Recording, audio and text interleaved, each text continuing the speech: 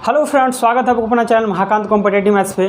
तो dear friends, आज हम लोग मैथ्स का क्वेश्चन डिस्कस करने वाले हैं बिहार एसएससी के लिए सेट नंबर 4। ठीक है भाई, सेट नंबर 3 तक हम लोग पूर्णतः कंप्लीट कर चुके थे। आज हम लोग सेट नंबर 4 का मैथ्स डिस्कस करेंगे। तो सेट नंबर 4 में डियर मैथ्स का क्वेश्चन स्टार्ट होता है क्वेश्चन नंबर 16 से। तो आइए डियर फ्रेंड्स स्टार्ट करते हैं। तो आइए डियर फ्रेंड्स हम लोग स्टार्ट करते हैं क्वेश्चन नंबर 16 से। क्वेश्चन नंबर 16 क्या है डियर कि किसी लंबवृत्तीय बेलन के वक्र पृष्ठ का क्षेत्रफल, वक्र पृष्ठ मतलब CSA, कर्व सरफेस एरिया। ठीक है, तो CSA कितना दिया हुआ है सर 1144। तो क्या होता है 2πRH का जो वैल्यू है वह 1144 दिया हुआ है। ठीक है, यहाँ से हम लोग रेडियस फाइंड आउट कर लेते हैं। तो कहीं 2 इंटू पाई का वैल्यू 22/7 और इंटू R और इंटू H कितना दिया हुआ है सर, और इसकी ऊंचाई 14 सेंटीमीटर हो तो बेलन का आयतन क्या होगा। ऊंचाई 14 है, यानी कि ये H का वैल्यू 14 दिया हुआ है, ये 1144 के इक्वल में।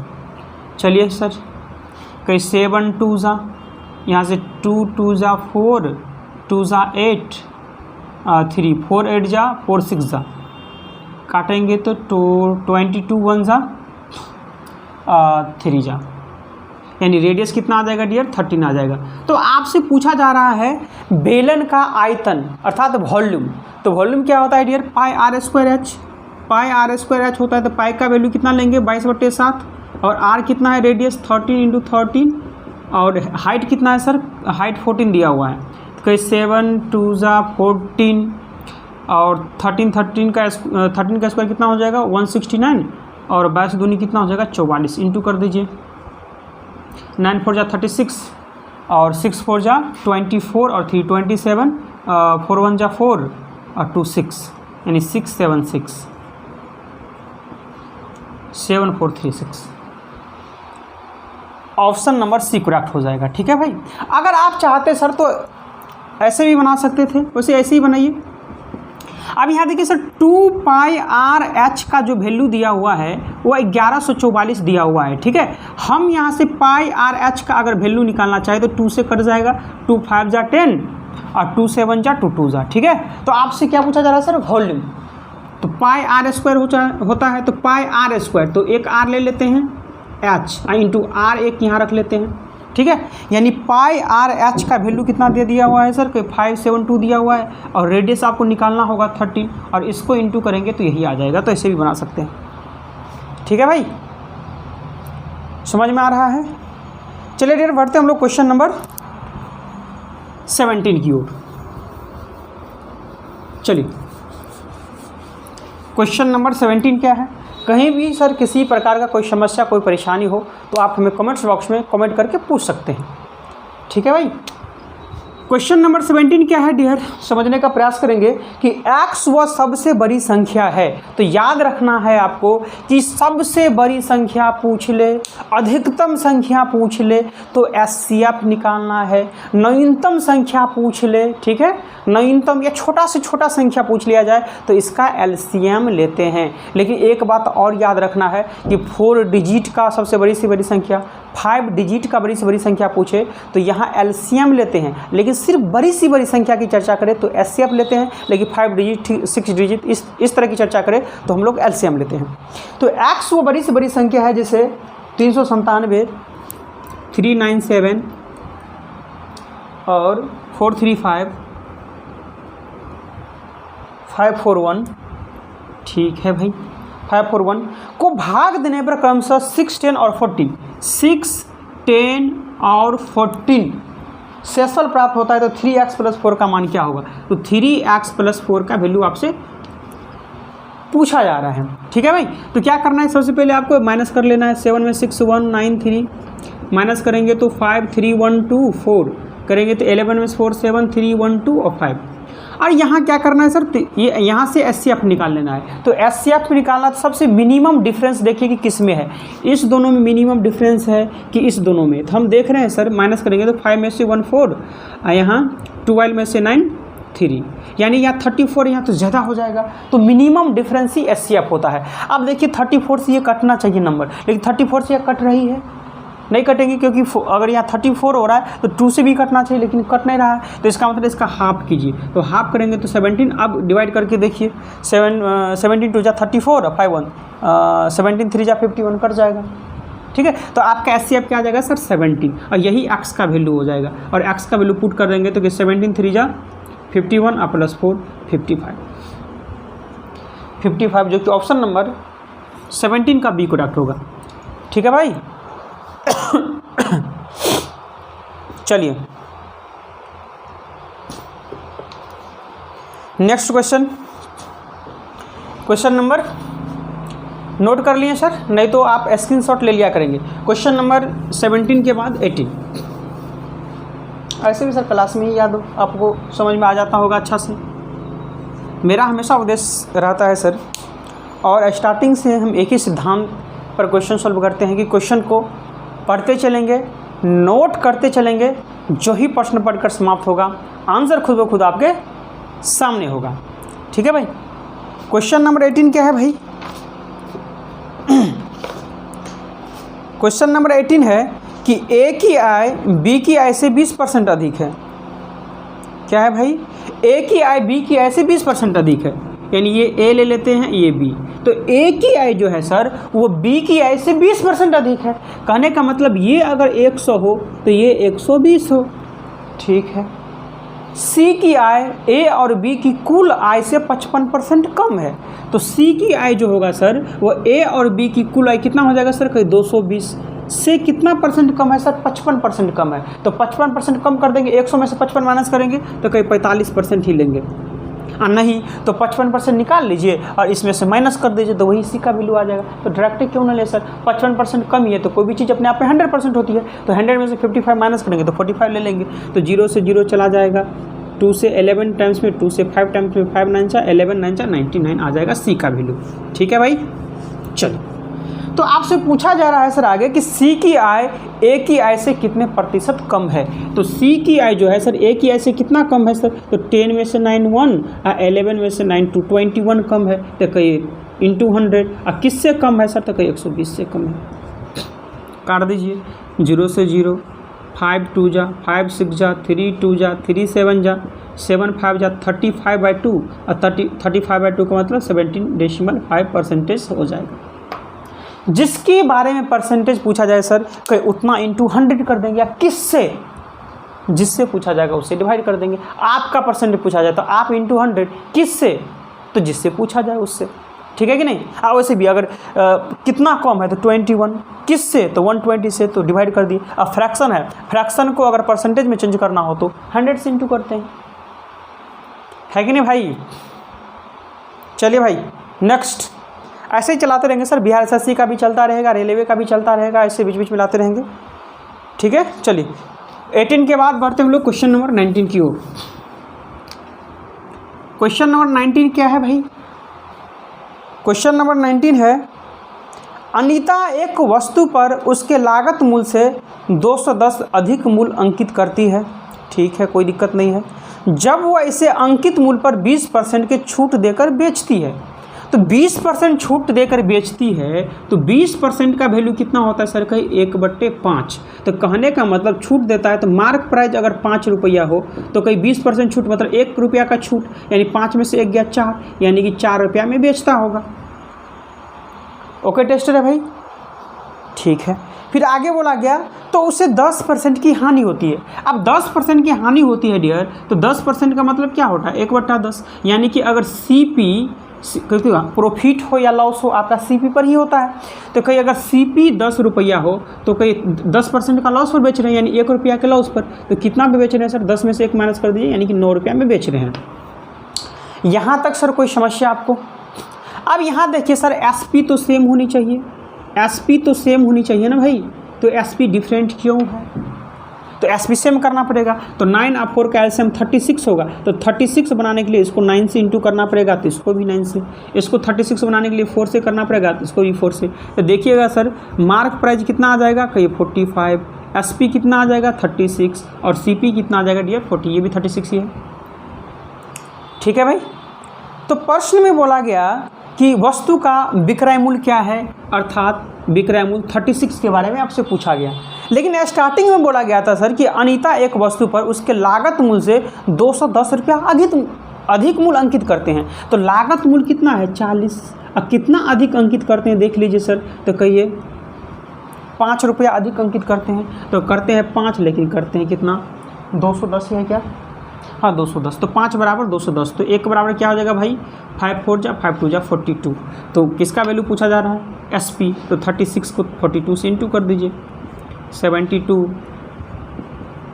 टू 1512 1512 क्या आ जाएगा डियर SP, जो कि ऑप्शन नंबर आपका बी। आपसे पूछता है MP कितना होगा, तो इसको 45 से इंटू कर देते। CP कितना होगा, तो इसको 40 से इंटू कर देते, तो CP निकल जाता। है कि नहीं भाई? मज़ा आ रहा है कि नहीं आ रहा है आप लोग को? बढ़े सर नेक्स्ट क्वेश्चन की ओर। कोई भी चीज़ सर अगर आप पढ़ना चाहते हैं तो आप हमें कमेंट्स करके बताया करेंगे, है कि नहीं? चलिए भाई 19 के बाद क्या है भाई? 19 के बाद 20, क्वेश्चन नंबर 20। क्वेश्चन नंबर 20 क्या है भाई? 13 क्रमागत पूर्ण संख्या, क्रमागत का मतलब होता है कंसेक्यूटिव यानी लगातार। 13 क्रमागत पूर्ण संख्या का योग जो है सर 1339 है। कितना है भाई? 1339 है। लेकिन एवरेज देखेंगे सर 13 से डिवाइड करना होगा, यानी यहाँ देखेंगे तो 13 1 जा 13 13 3 जा 39, यानी कि 103 जो है सर वो एवरेज आ जाएगा। 13 क्रमागत संख्या है, यानी कि 13 लगातार संख्या है, तो 13 में से एक संख्या तो मिल गया एवरेज वैल्यू में, तो कितना बचेगा अब? कई 12 संख्या, तो 12 में 6 संख्या इधर आएगा और 6 संख्या इधर आएगा। तो 103 के बाद क्या आ जाएगा? 104 105 106 107 108 1 2 3 4 5 106। यहाँ क्या आ जाएगा सर? 102 101 100 99 98 1 2 3 4 5 और 6। ठीक है भाई, अब सारा मिल गया सर। कहीं 1 2 3 4 5 6 7 8 9 10 11 12 13 संख्या मिल गया। तो आपसे पूछा जा रहा है डियर कि इन संख्याओं में आभास संख्या का योग कितना होगा। तो आभास संख्या क्या होती है? जो 1 और इटसेल्फ, यानी कि 1 और खुद के अलावा किसी भी नंबर से न कटे, वही तो आभास संख्या होती है। तो आभास संख्या यहाँ देखेंगे सर तो 97, इसके बाद का ये तो कट रहा है, नहीं होगा। ये 99 है, ये भी कट रहा है किसी से, ये भी कट रहा है। 101 हो जाएगा, नहीं कट रहा है, ये कट रहा है। ठीक है, ये 103 भी किसी से नहीं कट रहा है, यानी 1 और खुद के अलावा किसी से नहीं कट रहा है, ये समझना। 104 कट रहा है, 105 कट रहा है, 106 107 नहीं कट रहा है, ले लीजिए। ठीक है, 107 108 ये 2 से भी कट रहा है, 4 से भी कट रहा है। 109 ये भी किसी से नहीं कट रहा, तो 109 ले लीजिए, ऐड कर दीजिए। 7 3 10 19 और 20 और 7 27 हो जाएगा, और 9 2 11 और 4 1 5 517। आभास संख्या का योग कितना आ जाएगा डियर? 517, जो कि ऑप्शन नंबर 20 का पी करेक्ट हो जाएगा। है कि नहीं भाई? बढ़े नेक्स्ट क्वेश्चन की ओर। अब 20 के बाद कहाँ से स्टार्ट है डियर? 46। 20 के बाद 46 से स्टार्ट है। आप लोग जल्दी जल्दी से स्क्रीनशॉट ले लिया करेंगे डियर, ठीक है? या आप लोग को लग रहा है कि सर थोड़ा आप फास्ट में चल रहे हैं, तो आप कमेंट्स करके बताएंगे ताकि हम क्लास को और स्लो कर दें। 46 क्या है भाई? 46 है डियर कि एक वस्तु की कीमत 8400 से बढ़कर 14,616, यानी 8400 से बढ़कर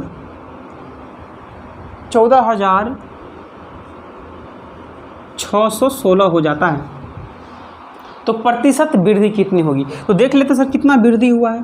तो वृद्धि देखेंगे तो 61642 14 में से 6 इतना का वृद्धि हुआ, इतना इंटू 100 किस में वृद्धि हुआ सर? कहीं 8400 में, 00 से 00 चला जाएगा भाई।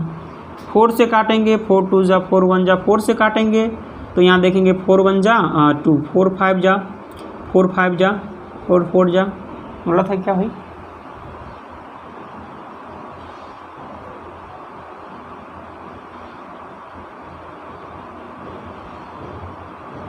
ठीक है, अब 3 से काटेंगे, 3 7 जा 3 5 जा 3 1 जा 3 8 जा 7 से काटेंगे सर, 7 7 जा 49 2 7 4 जा 48 यानी 74%। 74%। Option number A. बहुत ही सिंपल क्वेश्चन था। नेक्स्ट क्वेश्चन आप लोग जवाब देंगे, तब तक हम इंक डाल लेते हैं।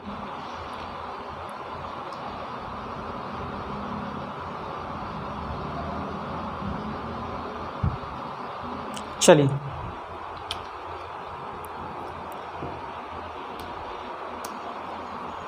क्या है भाई, क्वेश्चन नंबर 46 के बाद 47। चलिए ध्यान दीजिए, क्वेश्चन नंबर 47 क्या है भाई, समझने का प्रयास करेंगे। एक वस्तु को 5767 में बेचते हैं, यानी कि एसपी है, 5767 में बेचने पर एक व्यक्ति को 625 रुपया लाभ होता है। ठीक है, कितना लाभ होता है डियर? 625 रुपया लाभ होता है। आप एक चीज़ हमको बताएंगे डियर कि कोई भी वस्तु है, जैसे मान लेते हैं कोई एक पेन है, पेन आप 10 रुपया में बेचते हैं तो 2 रुपया का लाभ होता है। इसका मतलब आपका क्रय मूल्य कितना होगा डियर? तो आप बोलेंगे सर 8 रुपया। 8 ही रुपया तो होगा, एसपी में से घटा दिए हैं 2 रुपया, 8 रुपया मेरा क्रय मूल्य होगा, तभी तो 10 रुपया में बेचे हैं तो 2 रुपया का लाभ हुआ है। तो वही सर इसमें से अगर माइनस कर देंगे तो कितना हो जाएगा? 7 में से 5 2 6 2 4, ठीक है, और 7 6 1 यहाँ 5, तो ये आपका सर सीपी आ जाएगा। क्या आ जाएगा? सीपी अर्थात कॉस्ट प्राइस, क्रय मूल्य। आगे बोला गया सर लाभ होता है अगर 67 से 44 रुपया का लाभ प्राप्त करने के लिए उसे उस वस्तु को किस कीमत पर बेचना चाहिए? 67 से 44 रुपया। तो 67 से 44 रुपया लाभ चाहिए तो क्रय मूल्य में ही तो ऐड कीजिएगा, तभी तो टोटल पता चलेगा कि कितना में बेचना चाहिए। तो ऐड कर दीजिए 4 2 6 4 4 8 7 1 8 6 5 11। नहीं समझ में आया सर? ये अब बोला गया सर कि इतना में बेच रहे हैं तो इतना का लाभ होता है, हमको इतना लाभ कमाना है तो कितना में बेचना होगा सर? तो कहीं क्रय मूल्य में ऐड कर देंगे तभी तो पता चलेगा कितना में बेचेंगे। तो वही तो काम किए हैं। तो 11,886 आपका करेक्ट आंसर हो जाएगा, जो कि ऑप्शन नंबर आपका 47 का बी हो जाएगा। है कि नहीं भाई? चलिए 46 के बाद 47 है, हाँ 47 के बाद 48 क्या है भाई? 48 क्वेश्चन नंबर 48 है डियर कि राजू 2 घंटा में 3200 मीटर, राजीव 2 घंटा में 3200 मीटर और अगले 2 घंटा में 4 किलोमीटर की दूरी 3200 मीटर और अगले 2 घंटा में 4 किलोमीटर की दूरी तय करता है, तो राजू की औसत गति क्या होगा? यानी कि एवरेज स्पीड पूछा जा रहा है सर, एवरेज स्पीड। तो एवरेज स्पीड का फॉर्मूला क्या होता है सर? कि total distance by total time. तो टोटल डिस्टेंस कितना है डियर? तो कहिए 3200 मीटर है, तो 3200 मीटर है तो किलोमीटर में अगर चेंज करेंगे तो 1000 से डिवाइड करना होगा, 00 से 00 यानी 3.2। नीचे में लिख लेते हैं 3.2 किलोमीटर, ठीक है, प्लस और कितना है सर? 4 किलोमीटर। और टोटल टाइम कितना लग रहा है? 2 घंटा 2 घंटा 4 घंटा लग रहा है। तो 4 3 7 10.2 और बाई 4 18 चौका 72, 1.8 किलोमीटर पर आवर के स्पीड से चलना होगा, एवरेज स्पीड हो जाएगा, जो कि option number sir D correct हो जाएगा। ठीक है भाई, बेसिक क्वेश्चन था ये। चलिए 48 के बाद 49। चलिए 49 क्या है भाई? माना शांत जल में नाव की चाल 17 किलोमीटर पर आवर है, शांत जल में, ठीक है, जो स्थिर हो, स्टील वाटर में। शांत जल मतलब क्या बोलते हैं सर? स्टील वाटर में जो शांत हो, जैसे पोखर का पानी देखते हैं क्या शांत रहता है। तो शांत जल में नाव की चाल है 17 किलोमीटर पर आवर। तो आप एक्स मानिए, वाई मानिए, एम मानिए, टी मानिए, कुछ भी, चलिए हम एम ही मान लेते हैं। तो कहीं एम मान लेते हैं शांत जल में। और कितना है शांत जल में डियर? 17 किलोमीटर पर आवर ये स्पीड है शांत जल में, ठीक है। फिर आगे बोला गया धारा की चाल 5 किलोमीटर पर आवर है। धारा मतलब क्या होता है? सीकरेंट, यानी 5 किलोमीटर पर आवर। आपकी इच्छा हो इसको एक्स मानिए, इसको वाई मानिए, ठीक है, वैसे बनाइए। तो आपसे बोला गया डियर कि नाव की धारा की दिशा में 110 किलोमीटर जाने में कितना समय लगेगा? धारा की दिशा में, एक होता है धारा की दिशा में साथ साथ, और एक होता है धारा के विपरीत, तो माइनस करते हैं, और धारा की दिशा में यानी साथ साथ में प्लस करते हैं, तो कितना समय लगेगा? तो टाइम बराबर फॉर्मूला क्या होता है सर? टाइम बराबर distance upon speed, distance upon speed. तो डिस्टेंस कितना हो जाएगा सर? कितना किलोमीटर जा रहे हैं? कोई 110 किलोमीटर जा रहे हैं, लेकिन धारा के साथ साथ ही तो जा रहे हैं, तो साथ साथ जा रहे थे m+c। धारा के साथ साथ धारा के प्रतिकूल दिशा में अगर चलेंगे हम लोग, यानी कि धारा के विपरीत दिशा में चलेंगे, तो क्या करते हैं सर? माइनस कर देते हैं। और धारा के साथ साथ या ऊर्ध्व प्रभाव में चलेंगे तो हम लोग प्लस कर देते हैं। तो 17×5 22 के चलेंगे स्पीड से, तो यहाँ से 22×5 110, 5 आवर आपका आंसर हो जाएगा, 5 घंटा। Option number A. ठीक है, सिंपल क्वेश्चन था ये भी बेसिक्स का। 49 के बाद चलते हैं डियर 50। Question number 50। ऐसा तो नहीं लग रहा है सर कि हम जल्दी जल्दी मिटा दे रहे हैं?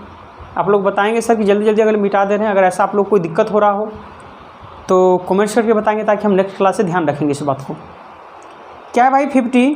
राजेश ने 10,000 रुपया की राशि को विभाजित करके क्रमशः 8% और 10% के साथ ब्याज दरों पर दो अलग अलग निवेश योजनाओं ए और बी में निवेश किया। ए और बी में निवेश करता है, ए है बी है, ये तो 8% है और ये क्या है भाई 10% है। ठीक है भाई, कोई दिक्कत नहीं है।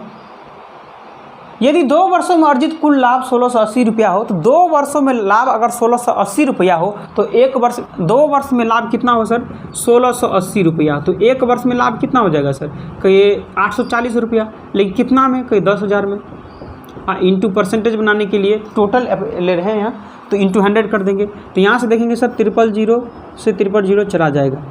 यहाँ से काटेंगे तो 49 टाइम्स में, यहाँ से 5 टाइम्स में, यानी 49/5। यहाँ क्या लिखेंगे? 49/5%। ये एवरेज वैल्यू दिया हुआ है। तो हमको ये नीचे में फ्रैक्शन है, तो फ्रैक्शन को हटाने के लिए इसको 5 से इंटू कर दिए तो कर देंगे।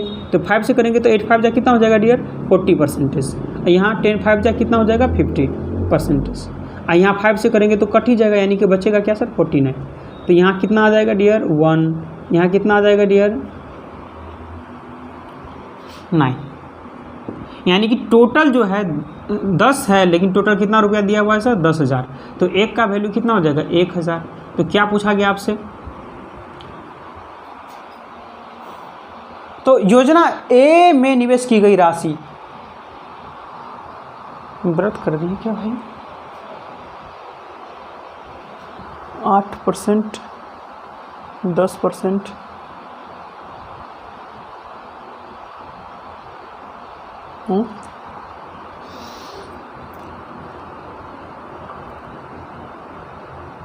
अच्छा, यहाँ 42 होता भाई, 42 गलत कर दिए हैं। 42 कितना आता डियर? 42। तो माइनस करेंगे कितना? 8 आ जाएगा। और यहाँ माइनस करेंगे तो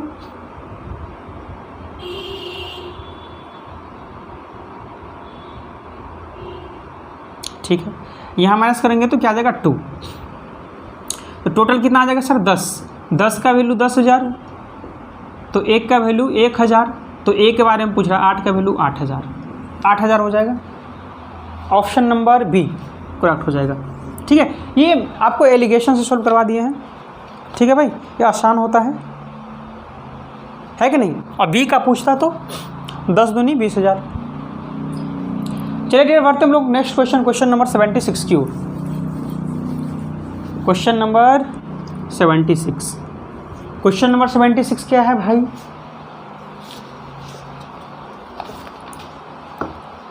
क्वेश्चन नंबर 76 है dear 11 × 11 plus 11 divide 11 minus 11 × 11 plus 11 × 11, ठीक है, माइनस 11 - 11 × 11 का मान। ठीक है भाई। तो यहाँ से देखेंगे सर तो 121 आ जाएगा, यहाँ से डिवाइड करेंगे तो ये 1 ही आ जाएगा, यहाँ देखेंगे तो 121 आ जाएगा।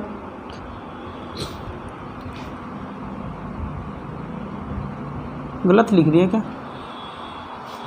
11 into 11 plus 11 divide 11 minus 11 into 11 plus 11 into 11 यहाँ क्या है? प्लस है और 11 इंटू 11 है, ठीक है।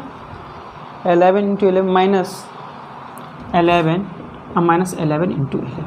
चलिए अब यहाँ देखेंगे डियर तो कितना आ जाएगा 1 यहाँ प्लस यहाँ क्या आ जाएगा 11, यहाँ 121 फिर माइनस 11 यहाँ माइनस 121।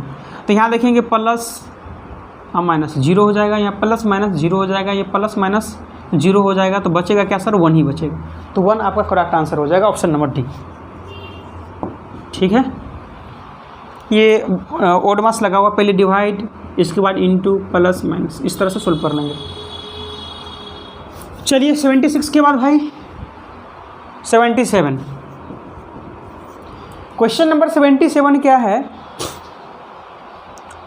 दो संख्याएं 5:3 के अनुपात में है। दो संख्या है वो क्या है सर? कोई 5:3 के अनुपात में है और इन दोनों संख्याएं के बीच अंतर 34 का है। दोनों का बीच अंतर है 2 का, लेकिन अंतर है 34 का। तो 1 बराबर 17।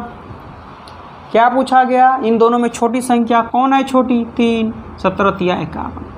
बड़ी संख्या 17 पंचे 85, 17 तिया 51 कहाँ है भाई? Option number D. 77 का ऑप्शन नंबर डी करेक्ट हो जाएगा। ठीक है, तो इस जो है सर टेस्ट सीरीज़ 4 का कल नेक्स्ट डे हम लोग कंप्लीट कर लेंगे। एक क्वेश्चन और देख लेते हैं 78। क्वेश्चन नंबर 78 क्या है भाई? 78 है डियर कि 1/1 plus √2 plus 1/√2 plus √3 plus 1/√3 plus √4 plus dot dot dot plus 1/√15 plus √60। ठीक है, जब भी इस तरह से प्रश्न पूछे सर तो 1 2 नज़दीक वाला है उसको आप सोल्व कर लीजिए। जैसे इसको हम सोल्व करते हैं तो कहीं 1/1 प्लस √2 रेशनलाइज करेंगे सर तो माइनस प्लस रहेगा तो माइनस से कर देते हैं रेशनलाइज। तो ऊपर में क्या 1 माइनस √2, यहाँ a plus b into a minus b आ गया, यानी वो एक a square minus b square यानी 1 का स्क्वायर 1 ही हो जाएगा और माइनस बी स्क्वायर यानी √2 का स्क्वायर 2 ही आ जाएगा, यानी कि माइनस का 1। इसको सोल्व करेंगे तो -1 और माइनस प्लस √2 आ जाएगा, यानी इसका वैल्यू आ जाएगा -1 और प्लस का √2। यानी छोटा वाला जो है सर वो माइनस में आ जाता है और ये वाला प्लस में आता है। तो इसी तरह से लिखिए, कहीं ये माइनस में आ जाएगा √2 तो -√2 प्लस का √3, फिर ये माइनस में आ जाएगा माइनस का √3 और प्लस का √4। इसी तरह से ये माइनस में आ जाएगा और ये प्लस का आ जाएगा 16। आप देखते होंगे सर कि ये बीच वाला जो भी पार्ट है देखिए कट रहा है, यहाँ तक कट जाएगा तो बचेगा -1। आइए 14 का अंडर रूट कितना बचेगा 4, तो 3 आ जाएगा, ऑप्शन नंबर बी। ठीक है भाई, बताइए डियर फ्रेंड्स की क्लास आपको कैसा लगा? मज़ा आ गया कि नहीं डियर? अगर डियर फ्रेंड्स ये क्लास आपको अच्छा लगा तो इस वीडियो को क्या करेंगे सर ज़्यादा से ज़्यादा अपने यार, अपने दोस्त, अपने फ्रेंड्स के पास सेंड करेंगे और जो भी सर सोशल साइट्स है उस पर सेंड करेंगे, ताकि डियर फ्रेंड्स इस तरह का कॉन्सेप्ट, इस तरह का मेथड का प्रयोग करके आपके फ्रेंड्स भी एग्ज़ाम में प्रश्न को इजीली सॉल्व कर पाए, है कि नहीं भाई? तो ठीक है डियर फ्रेंड्स, अभी तक जो चैनल को सब्सक्राइब नहीं किए हैं, इस वीडियो के जस्ट नीचे में रेड कलर या ब्लैक कलर का सब्सक्राइब बटन होगा, उसको आप लोग दबा लेंगे। साथ में दोस्तों सब्सक्राइब बटन के बगल में घंटी का बेल आइकन भी होगा, उसको भी दबाना ना भूलिए, ताकि हम जब कभी भी यूट्यूब पर वीडियो अपलोड करेंगे आप लोग को नोटिफिकेशन मिल जाएगा, है कि नहीं भाई? अभी 4 से 5 महीना जो है सर आप जो अभी गोल्डन समय है, ठीक है भाई? ये अगर चला गया, जो भी टेंशन, जो भी परेशानी हो उसे भूल करके सर अभी 4 से 5 महीना जी जान लगा दीजिए, ठीक है भाई? सिलेक्शन मिल जाएगी, क्योंकि जो भी एग्ज़ाम है सर आपका शेड्यूल है और 4 से 5 महीना जाते जाते जितना भी एग्ज़ाम पेंडिंग है सारा हो जाना है, ठीक है भाई? अब सुप्रीम कोर्ट अभी जो एग्ज़ाम जो भी रुका हुआ है सर, तो अभी आरक्षण वाले मुद्दे पर जो कि मिड सितंबर तक इसका भी आ जाना है। जो हो या तो आरक्षण 65 वाला रहेगा या ख़त्म होगा, तो इसके बाद मिड सितंबर तक तो क्लियर हो ही जाएगा। इसके बाद सर धीरे धीरे आपका एग्ज़ाम सारा हो जाना है। बिहार एसएससी को तो ऐसे बोल भी दिया गया है कि अक्टूबर से दिसंबर के बीच में आप कर लेंगे एग्ज़ाम। तो इसलिए आप लोग मन से तैयारी कीजिए। कहीं भी कोई किसी प्रकार कोई दिक्कत कोई परेशानी हो तो आप हमें कमेंट्स करके कमेंट्स में बताएंगे। तो ठीक है डियर फ्रेंड्स, आज के लिए इतना ही। बहुत बहुत धन्यवाद। Thank you.